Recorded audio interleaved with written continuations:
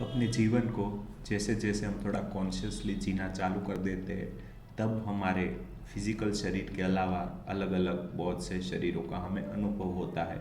उसमें सबसे कॉमन है प्राण शरीर, उसकी हमने बात की।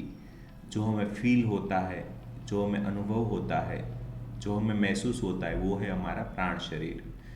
उसको महसूस करने वाला है, उसको आत्मसात करने वाला है, उसको देखने वाला है, वो है हमारा मनुष्य शरीर।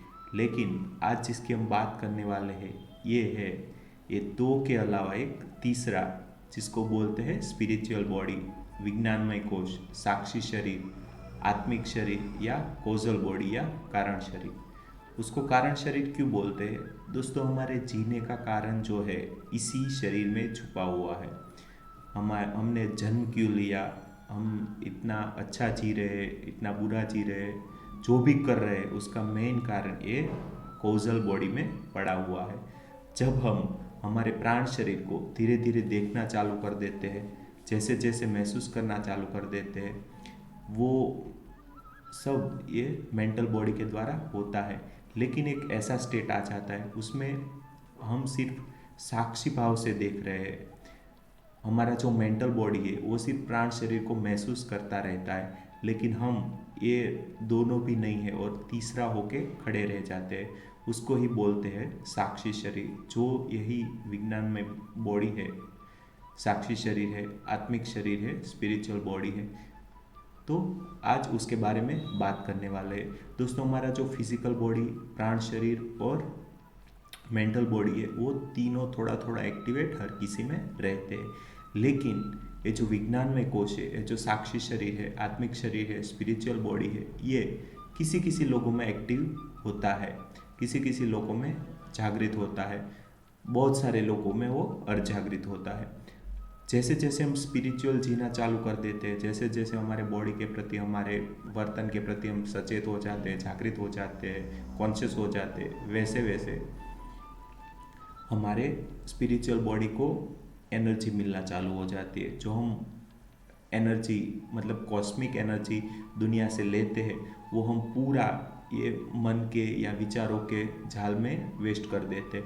जैसे जैसे हम कॉन्शियसली जीना चालू कर देते हैं, वैसे वैसे जो हमारा स्पिरिचुअल बॉडी है उसको एनर्जी मिलना चालू हो जाती है और वो धीरे धीरे ग्रो होना चालू होता है। उसको ही बोलते हैं आध्यात्मिक विकास। मेडिटेशन में ज़्यादा फायदा मिलता है। जैसे जैसे हम मेडिटेशन करना चालू कर देते हैं, वैसे वैसे जो हमारा साक्षी शरीर है, विज्ञानमय कोश है, वो बहुत जल्दी से डेवलप होता है।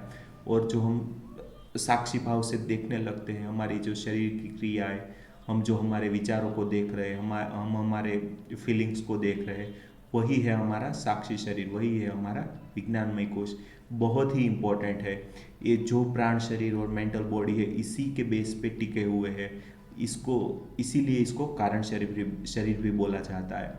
जब हम जन्म लेते हैं तब हमारे दूसरे शरीर इतने डेवलप नहीं होते हैं, लेकिन हमारा विज्ञान में कोश है, जो हमारा कारण शरीर है, वो रहता है। उसी के बेस पे हमारा प्राण शरीर बनता है और उसी के बेस में हमारा फिजिकल बॉडी बनता है।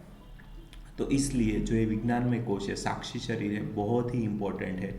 तो उसको हमें डेवलप करना है, उसको हमें जागृत करना है, और बाकी जो भी अवस्था है वो ऑटोमेटिकली हम पहुंच जाएंगे।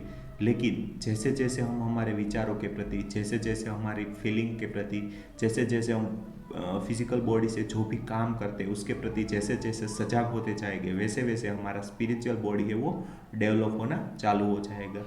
एक बार वो डेवलप हो गया, फिर हम आसानी से साक्षी भाव में जीना चालू कर देते।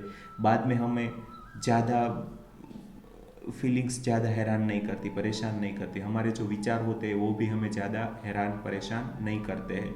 इसीलिए ये जो हमारा साक्षी शरीर है, आत्मिक शरीर है, स्पिरिचुअल बॉडी है, कोजल बॉडी है, उसको हमें डेवलप करना है। धीरे धीरे इसको हम डेवलप करते जाएंगे, एक्टिवेट करते जाएंगे और उसके प्रति कॉन्शियसली जीना चालू कर देते हैं, तब हमारे कर्म भी धीरे धीरे कम होते जाते हैं और हमें दुख दर्द उसका अनुभव होना कम हो जाता है। मतलब हमारे दुख दर्द कम ही हो जाते हैं। तो ये हमारा मेंटल बॉडी के बाद में जो सबसे इम्पोर्टेंट है वो है हमारा कारण शरीर, जिसको हम स्पिरिचुअल बॉडी के नाम पे से भी जानते हैं। क्योंकि फिजिकल बॉडी के बाद में अगर कुछ जिंदा रह जाता है हमारे मरने के बाद में, तो हमें ये स्पिरिचुअल बॉडी को ग्रोथ करना होगा। जब हम जन्म लेते और उसके बाद में मर जाते हैं तो हमारा फिजिकल बॉडी टोटली लॉस हो जाता है, हमारा प्राणमय शरीर और मेंटल बॉडी भी ज़्यादातर हिस्सा उसका लॉस हो जाता है। लेकिन एक बार हमने स्पिरिचुअल बॉडी को ग्रो कर लिया, हमारे साक्षी शरीर को थोड़ा सा भी बना लिया, आत्मिक शरीर को थोड़ा सा भी बना लिया, तो वो हमारे फिजिकल बॉडी के मृत्यु के बाद भी जिंदा रहता है। इसीलिए उसको आत्मिक शरीर भी बोला गया है। इसीलिए वो बहुत ही इम्पोर्टेंट है। हमारा हर साधक का सबसे पहला स्टेप यही होता है कि हमारे स्पिरिचुअल बॉडी को हम थोड़ा थोड़ा करके एक्टिवेट करना चालू कर दे, साक्षी भाव से जीना चालू कर दे। हमारे सांसों के प्रति, हमारे विचारों के प्रति, हमारे फिजिकल बॉडी की भौतिक क्रियाओं के प्रति हमें थोड़ा सजग होना होगा, तभी हमारे स्पिरिचुअल बॉडी का ग्रोथ होगा। जैसे जैसे हम मेडिटेशन करना चालू कर देंगे, जैसे जैसे हम अंदर उतरना चालू कर देंगे, वैसे वैसे हमारे आत्मिक शरीर, साक्षी शरीर को खाना मिलना चालू होगा, उसको एनर्जी मिलना चालू होगा और उसका डेवलपमेंट चालू होगा। तो ये बहुत ही इम्पोर्टेंट है। हमारे साथ जुड़े रहिए और आइए साथ मिलके हमारा जो स्पिरिचुअल बॉडी है उसको ग्रोथ करते हैं। Please don't forget to join us on विलनेक। एंड आपके इम्पोर्टेंट समय में से थोड़ा सा समय निकाल के आपने यह वीडियो देखा, उसके लिए बहुत बहुत धन्यवाद। आने वाले वक्त में हम अलग अलग और बॉडीज़ के बारे में बात करने वाले हैं, और ये जो बॉडी है उसको कैसे एक्टिवेट किया जाएगा, कैसे उसके प्रति कॉन्शियस रहा जाएगा, ये सब के बारे में बात करने वाले हैं। तो प्लीज़ हमारे साथ ज़रूर जुड़िए। थैंक यू सो मच, आपका बहुत बहुत धन्यवाद।